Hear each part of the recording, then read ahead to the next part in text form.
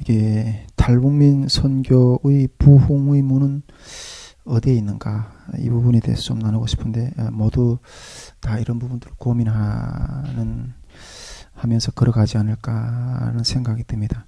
아까 우리 스테페이 때도 참 우리 탈북민 선교를 하는 그 영적인 현 주소와 또 참 대안이 어디에 있는가 하는 부분들에 대해서 조금 이렇게 같이 우리 스태프들이 좀 이렇게 그 이야기 나눴는데, 문제는 좀 잘 안 된다고 생각되니까 이렇게 이런 고민을 하게 되는 거죠.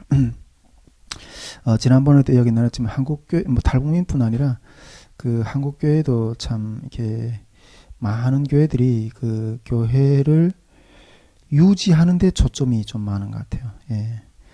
특별히 이번에 그 코로나를 겪으면서 또 많은 교회들이 또 축소가 되었고, 그래서 많이 좀 어렵고, 일부 조금 그래도 나름 역량이 있는 교회들만이 북한 선교에 대해서 조금 힘을 쏟으려 하고, 그 외 대부분의 교회들은 그냥 자기 교회들을 유지하는 것에도 이렇게 이렇게 하는 어떤 그런 상황이 아닌가 이런 생각을 듭니다.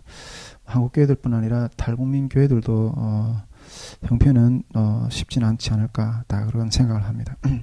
그래서 참 이 교회를 어떻게 하면 정말 생기 있고 이렇게 그 능력 있고 어떤 그런 교회로 세울 수 있을까 하는 문제들이 참 우리들이 고민 중에 가장 큰 고민들인 것 같습니다. 제가 어제는 한참 시간이 되긴 했지만은 신대원에 들어갈 때 두 가지 고민을 좀 했거든요. 예, 두 가지 고민을 가지고 들어갔습니다. 신대원에 들어가기까지 제가 상당한 기간 한국교회도 어느 정도 좀 분위기도 맛을 보고, 또 그리고 학부를 경험했으니까 이렇게 학문의 어떤 그런 이렇게 줄기도 어느 정도 조금 어렴풋이 좀 맥을 잡아가고, 그런 상황 가운데서 이제는 좀 이렇게 실질적인 문제를 어떻게 풀어갈 것인가 하는 어떤 그런 고민들이 이렇게 딱 부딪히게 되더라고요. 한국 교회의 어떤 그런 현실 속에 들어가서 이렇게 지내다 보고, 또 그런 것 가운데 그런 두 가지의 이걸 내가 좀 해결해야지 앞으로 내가 목회의 길을 걸어감에 있어서 좀 그 가운데서 뭔가 이렇게 그 땅에 발을 딛고 이렇게 서서 걸어갈 수 있겠다 이런 생각이 좀 들더라고요. 그 두 가지 고민이 무엇이었는가 하면, 하나는 교회란 무엇인가였어요. 예, 교회란 무엇인가. 이거는 우리가 무슨 일반적으로 이론적으로 설명하는 어떤 그런 교회의 개념이 아니고, 그리고 또 하나는 설교란 무엇인가였어요. 예, 설교란. 목회자의 길을 걸어가려면 우리가 설교를 해야 되는 사람이니까, 어떻게 하면 이렇게 우리 성도들에게 이렇게 은혜로운 설교를 할 수 있을까, 그런 고민들을 많이 했는데, 어떤 분들은 지금도 그렇게 저를 말하는 분들이 있는지 모르겠지만, 어떤 분들은 저를 보고 이게 설교를 참 못한다고 이게 비난하는 사람들이 종종 겪어봤어요, 제가. 저는 이게 설교라는 것은 하나님의 뜻을 선포하는 면도 있고, 또 그리고 이게 하나님의 말씀에 대한 교육의 면도 있다고 생각해요. 그러나 제가 정립한 설교라는 것은 예수 그리스도의 증인이 되어야 된다는 생각을 좀 하고 있어요. 우리가 사도행전 1장 8절에 보면 성령이 너에게만 예루살렘과 사마리아 땅 끝까지 이르러 내 증인이 되라고 그랬거든. 증인이 되라고 그랬다고 그래요. 예, 증인이라. 설교라는 건 증거를 하는 거라고 저는 이게 나름 이렇게 그런 면이 있다고 생각을 많이 합니다. 그런데 그쪽에 좀 마음이 많이 쏠리더라고요. 그래서 제 설교를 보면 이렇게 보통 이 간증 스타일이 많아요. 예. 제 삶 가운데서 말씀을 통해서 녹여내서 겪어본 것들을, 그 은혜로 겪어본 것들을 이렇게 나누는 부분들이 좀 많은데, 그래서 설교라는 것은 설교라는 건 증거다. 이런 정립을 하나 했었고요. 그리고 신대원에서 보다 더 깊이 있게 고민했던 것은 교회란 무엇인가였어요. 교회란 무엇인가. 제가 그 한국에 와가지고 신대원에 들어가기 전까지 경험해봤던 교회는 지난번에도 말해봤지만 이것이 목회자의 길이라면 나는 가고 싶지 않다. 예. 저는 이렇게 내 에너지의 한 거의 100%를, 목회자라면 거의 100%를 영혼을 그냥 영혼들을 사랑하고 그쪽에다 쏟는 줄 알아서 목회자의 길은.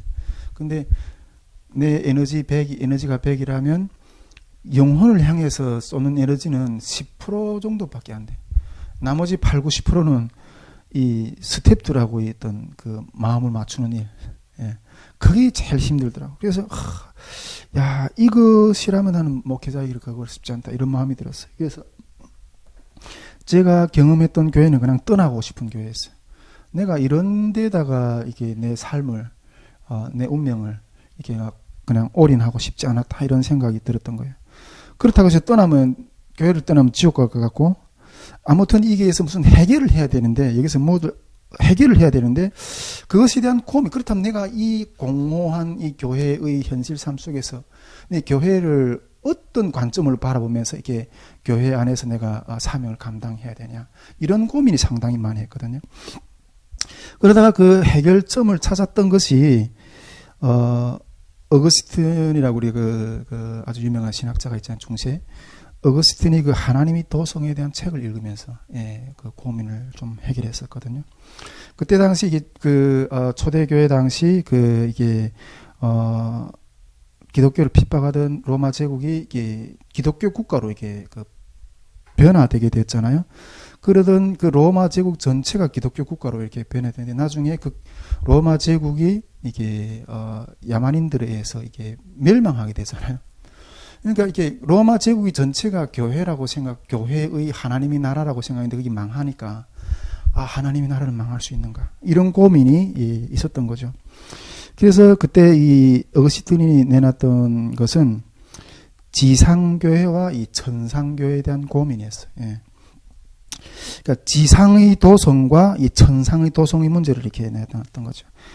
이 지상의 도성은 무너질 수 있지만은, 불완전해서 무너질 수 있지만은, 이 천상의 도성, 이 하나님의 나라는 결단코 무너질 수 없다. 이런 개념을 이렇게 어거스틴이 내놓게 됩니다. 그 일을 보면서, 이 지상교회하고 천상교회를 구분하게 됐어요. 예, 지상교회하고 천상교회를 구분하게 됐어요. 그러면서, 이 죄인들이 예수 그리스도를 주로 고백하며 따르는 교회이긴 하지만은, 이 지상교회에서 완전함을 기대할 수 있는가? 이런 고민에서, 그렇구나. 여기는 한계가 있다. 오직 완전한 교회는 저 하느님의 나라, 이게 천상에 있는 천상의 교회에 가서만이 완전함이 실현될 수 있고, 이 지상교회는 그것을 향해 나아가는 과도기적인 걸음이며, 그 가운데서 하나님의 영광을 드러내는 그런 교회라는 어떤 개념을 좀 이렇게 정립을 하게 되었어요. 그러니까 이 마음이 편안해지는 거예요. 예. 그러니까 이 지상교회의 허물 많은 속에 들어가서도 그 안에서 완전함이 아니라 예수 그리스도를 섬기는 마음으로, 그래서 들어가 적응해 살아나갈 수 있는 어떤 그런 마음의 평안함이 오더라고요. 제가 미국이나 영국에 한 대는 이렇게 다니면서 스피커로 이렇게 가서 간증하면서 다닐 때, 해외에 있는 이게 미국이나 영국 교회 성도들이 그렇게 이렇게 질문을 많이 하더라고요. 제가 북한에서 왔다고 하니까 북한의 지하교회 현실들을 많이 듣고 싶어가지고, 북한에는 지하교회가 정말 있는가? 이렇게 계속 질문하는 거예요. 그렇게 질문하는 시각 가운데는 많은 교회들이 시각은 교회라고 했을 때는 이 건물, 목회자, 프로그램, 이런 것들이 구비되어 있는 것을 이렇게 개념을 가지고 그런 교회들이 북한에 있는가? 이렇게 생각하는 거죠. 여러분, 교회라는 것은, 교회의 본질적인 개념은, 교회란 그리스도를 주로 고백하는 성도들의 모임이라는 개념이지 장소의 개념을 넘어서는 거예요. 할렐루야? 예, 장소의 개념을 넘어서는, 예수 그리스도를 주로 고백하는 성도들의 모임이 있다면 그것이 집이든 어떤 공터이든 상관이 없는 거예요. 예수 그리스도를 주로 고백하는 그 공동체가 있다면 그것이 교회인 거예요. 할렐루야. 요한복음 4장에서 예수님이 사마리아 여인하고 대화하는 것 가운데서도 하나님이 그렇게 이스라엘 백성들은 그 예루살렘이라는 예배란 예루살렘에 들어가서 한 장소에 가서 예배 드려야 된다는 어떤 그 개념에 꽉 사로잡혀 있지만은, 그래서 이 사마리아 여인이, 유대인들은 예루살렘에서 예배 드려야 된다. 우리 사마리아의 조상들은 여기서 예배 드렸다. 이렇게 근데 어디 가서 참 예배 드려야 되냐. 이렇게 물을 때 예수님은 예루살렘에서도 말고 여기서도 말고 오직 하나님께 예배 드린 자 신령과 진정으로 장소의 개념을 넘어서게 하셨죠. 지금도 우리가 그 장소의 개념을 가지고 한다면 이스라엘에 가서 예배 드려야죠. 예루살렘에 가서 예배 드려야죠. 예. 요즘 참 이렇게 그 교회들을 보면, 뭐 교회들도 마찬가지겠지만 우리 탈북민 목회자들도 마찬가지고, 신학교들을 보면 이렇게 목회자 후보상들 보면 이렇게 이 교회, 이게 신학교 졸업하면 이제 나가서 교회를 만들어야 되잖아요. 근데 이런 장소의 개념, 그 다음에 어떤 시스템의 개념, 이걸 어떻게 세울까? 여기에 이 어떤 그 마음이 많기 때문에 이 숱한 교회들 가운데서 또 숱한 어떤 목회자들이 배출되는데 가 있을 자리가 없는 거예요. 그래서 암담한 거예요. 암담한 거예요. 예. 그런데 두세 사람이 모이는 곳에 주님이 생명이 흐른다면, 그것이 교회라는 관념을 가진다면 얼마든지 교회라는 어떤 그 개념 안에서 이렇게 자유로울 수 있어요. 부담이 하나도 안 돼요. 예. 부담이 하나도 안 되게 자유롭게 갈 수 있거든요. 예. 제가 얼마 전에 그 탈북민 목회자들 모임에 갔다가, 예, 탈북민 목회자 모임 한번 갔다가 이런 마인드를 가진 우리 열정 있는 우리 탈북민 그 전도사님을 한번 봤어요. 저기 그 울산에서 교회를 개척하시는 저지 모르겠는데 어쨌든 그 울산에 있는 탈북민 전도사님, 아주 젊은 전도사님이시더라고요. 와, 열정이 있어서 제가 봤을 때 이런 개념을 가지고 이렇게 전도 사역을 감당하시는 것 같아요. 그러나 오히려 그분이 왕따당하는 분위기더라고요. 우리 탈북민 목회자들도 저는 다 이게 한국교회의 어떤 교회관에 대해서 이렇게 꽉 이렇게 그 물이 많이 들었기 때문에 왕따당하는 분위기더라고요. 그래서 제가 그분을 이렇게 좀 지지하는 말을 좀 옆에서 하다가 저도 왕따 비슷하게 이렇게 시간을 좀 받았는데, 예, 여러분, 교회가 잘 되려면 장소나 이 시스템을 넘어선 저는 이렇게 교회 안에 소그룹 단위가 잘 돼야 된다고 저는 생각하거든요. 예. 우리 시간에 지난 우리 스텝 전략 회의 때도 제가 그 중점적으로 이렇게 말씀드려서 이렇게 나눴지만은, 교회가 잘 되려면 교회 안에 소그룹이 잘 돼야 돼요. 예, 소그룹이 잘 돼야 돼요. 교회를 가면 어떤 담임 목사님이 일방적인 선포만 있고, 그 일방적인 선포만 듣고 그냥 다 가는 거예요. 근데 그리고 뭐 이렇게 그런 소그룹이 잘 안 되는 거예요. 담임 목사님이 선포된 그 말씀이 어떻게 개개인들에게 소화되는가 하는 그런 구조를 만들어내지 못한다면 이 재생산이 이루어질 수 없다고 저는 생각해요. 재생산이. 그래서 이 교회가 잘 되려면 교회 안에 소그룹이 잘 돼야 돼요. 소그룹이. 예. 근데 제가 봤을 때는 있잖아요. 제가 봤을 때는 이 소그룹이 잘 되려면, 이런 문제가 풀리려면 신학교의 관점부터 바뀌어야 된다고 생각해요. 신학교의 관점부터 바뀌어야 된다. 아직도 이게 우리 신학교들 보면 아주 중세적인 어떤 관점에 너무 강하게 묶여 있는 것들을 볼 수 있어요. 제가 신대원에 다닐 때도 보니까 우리 교단만 해도 우리 합동이잖아요. 우리 합동. 그래 대한민국에서 그래도 꽤 큰 교단이고 장자교단처럼 이렇게 나름 합동이 그냥 통합이 크냐 이런 이야기도 하지만은 어쨌든 그런 장자교단이기도 한데, 그 신학교에서 이렇게 저도 이렇게 늘 신학교 신대원에서 이렇게 그 교육 받을 때도 평신도에게 설교권을 주는 아주 큰 잘못처럼 이렇게 있어요. 예.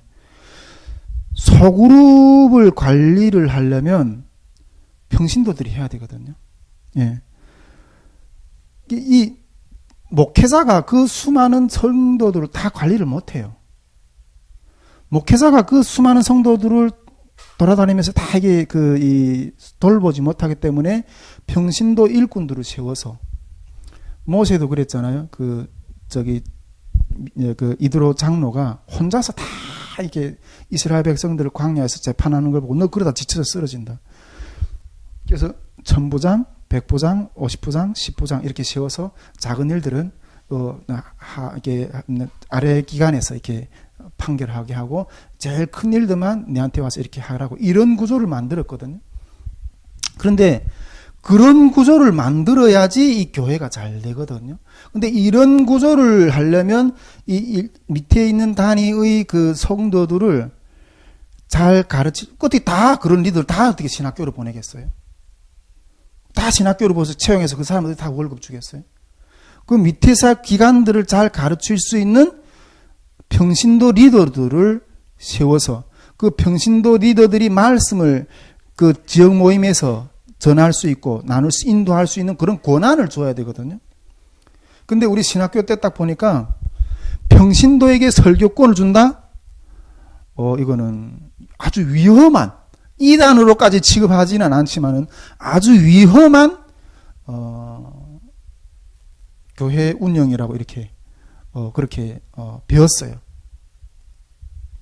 물론, 바른 권위와 바른 교육을 받은 사람이 그런 것들을 할 수 있는 어떤 그런 위치에 서야 되지만은 우리는 이 똑똑한 평신도들을 많이 양성해서 소그룹을 인도하게 해야 돼요.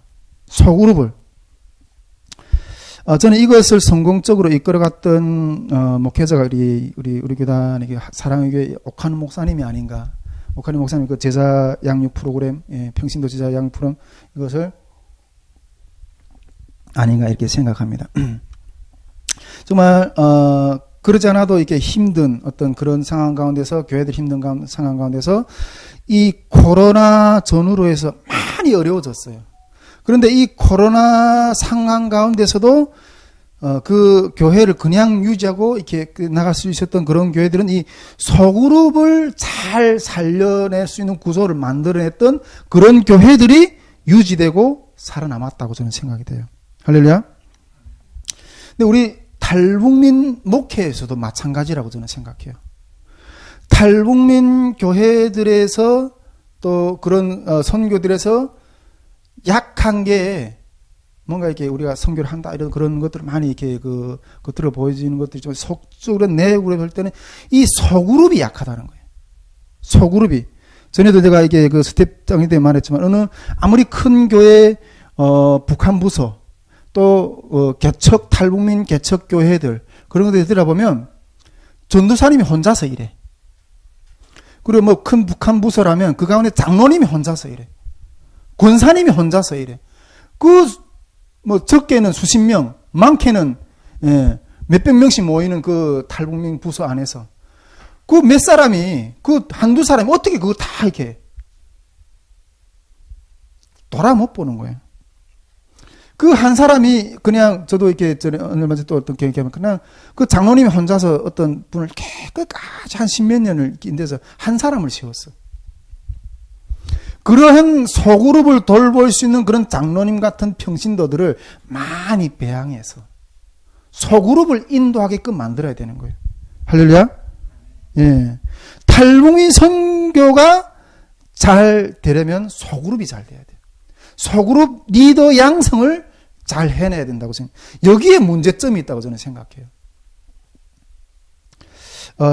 이 모임, 이걸 하는 게 우리 선교에서는 그 지역 모임이잖아요. 예, 지역 모임. 요즘에 우리 우리 윤성사님들이 오셔가지고 이게 지역 모임들이 또 다시 이렇게 좀 세워지고 이렇게 하는데 전에도 우리가 인천에서, 안성에서, 그 다음에 저기 노원에서, 그 다음에 저 강서에서 이렇게 지역 모임들을 했거든요. 거기서 떡을 떼고 말씀을 나누고 삶의 기도 제목들을 팍 나누고 그래서 어떤 때는 울음바다가 되고 어떤 때는 막 천국이 그 안에서 막 이루어지는 것 같았어요. 천국이 그 안에서 이루어져. 그러면서 이게 초대교회 당시 그 교회들이 이런 모습이 아니었을까? 그걸 경험했었거든요. 그 누구한테도 터놓을 수 없었던 그 많은 속에 있는 그 아픔들, 그러한 어떤 그런 답답함들 다 거기서 털어놓고 하나님 말씀으로 위로받고 또 서로의 나는 그런 것들을 어떻게 이겼다 이런 증거들을 서로 하면서 서로 이렇게 그 조언을 하면서 같이 어깨를 굽고 일어나는 모습이 얼마나 기쁜지. 예, 그 가운데서 나중에는 막 이렇게 어떤 친구들은 그게 막 충만해가지고 집에 돌아가서 밥하면서도 이렇게 사명의 노래를 부르고, 어떤 곳에서는 친구들은 거기서 이렇게 그 사명자로 또 이렇게 일어나 걸어가고, 그 날마다 자기 결박이 끈이 풀어진 것들이 증거를 하고, 하나님이 이렇게 이런 것들을 우리 내 삶 가운데서 이렇게 풀어주셨다. 근데 그런 이야기들을 들은 때마다 우리 윤성 교사님네도 정말 이렇게 영혼이 살아날 때마다 그 기쁨이 있잖아요. 그 아무리 힘들어도 그 기쁨 때문에 그게 막 더 재미있는 거예요. 야, 이 소그룹의 맛을 봐야 돼요. 예, 이 소그룹이 북한 탈북민 교회들 가운데도 일어나야 돼요. 소그룹의 형태이. 그 소그룹 가운데서 그 영혼들이 힘들어 지치는 것들을 이렇게, 그냥 일반 교회는 말씀 한 번만 탁 선포하면 영혼들이 어떤 문제를 가지고, 양떼들이 어떤 걸 가지고 병 들어가는지는 모르잖아요. 그러나 그 소그룹 가서는 그 양떼들이 병 들어가는 문제를 붙들고 같이 붙들고 그냥, 예, 그 문제를, 그 지체를 붙들어 주는 거예요. 그래서 그 한 사람이 영혼이 세워지고 회복이 되고 증거할 때 그 기쁨. 와. 이 맛 때문에 이 길을 걸어가는구나. 그런 마음이 많이 들었어요. 그래서 우리 성교회는 앞으로 계속해서 이 소그룹, 원래는 이게 교회 안에서 진행이 돼야 되거든요. 근데 교회에 이렇게 오라니까 안 가니까 우리 스태프들이 찾아가는 거지. 찾아가서 같이 떡을 떼고 말씀을 나누고 세워주고 붙들어주고, 그 사람이 설 때까지, 또 서면 또 다른 영혼을 가서 섬기고, 그 사람이 세워지면 또 다 그 영혼이 또 다른 나를 세워줬던 하나님이 너도 세울 거야, 이렇게 증거하고. 이게 재생산이. 교회가 잘 되려면 이 소그룹이 잘 돼야 되고, 소그룹이 잘 돼야 이 재생산이 되는 거예요. 탈북민 교회 목회의 방법론이 어디에 있느냐, 어디 가서 특별한 어떤 그런 것이 있느냐. 이미 하나님께서 다 말씀해 주셨어요. 그걸 우리가 실천을 못하기 때문에. 저기 우리를 구원해 줄 말씀이 저기 바다 건너에 있는 것도 아니고, 저기 산 너머에 있는 것도 아니고, 우리 옆에 있어요.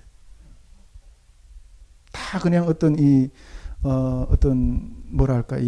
관료주의에 빠져서 한 영혼을 바라보면서 그 영혼 같이 울어주는, 영혼과 함께 우는 어떤 그런 마음이 없기 때문에, 그냥 형식적인 어떤 그런 이 시스템, 건물은 남아있고, 그 안에는 다 그냥 눈물이 없고, 그냥 어떤 한산한 그런 딱딱한 어떤 그런 영적인 분위기만 남아있는 것이 실존교회의 실체가 아닌가, 이런 생각을 하면서, 탈북민 교회의 부흥의 길은 소그룹 운동이다, 그렇게 생각합니다.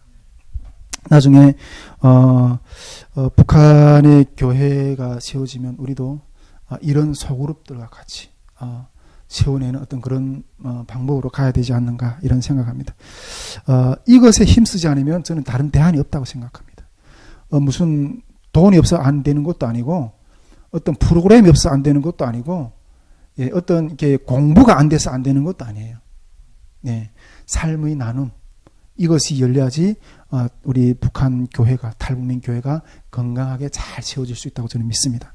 예, 이것은 저는 이게 부흥의 기고 문이라고 저는 생각합니다. 이런 역사가 우리 선교회 가운데, 이 땅 가운데 있는 탈북민 교회들 가운데, 한국교회 안에서 북한 부서를 하고 있는 그런 북한 부서들 가운데 일어날 수 있기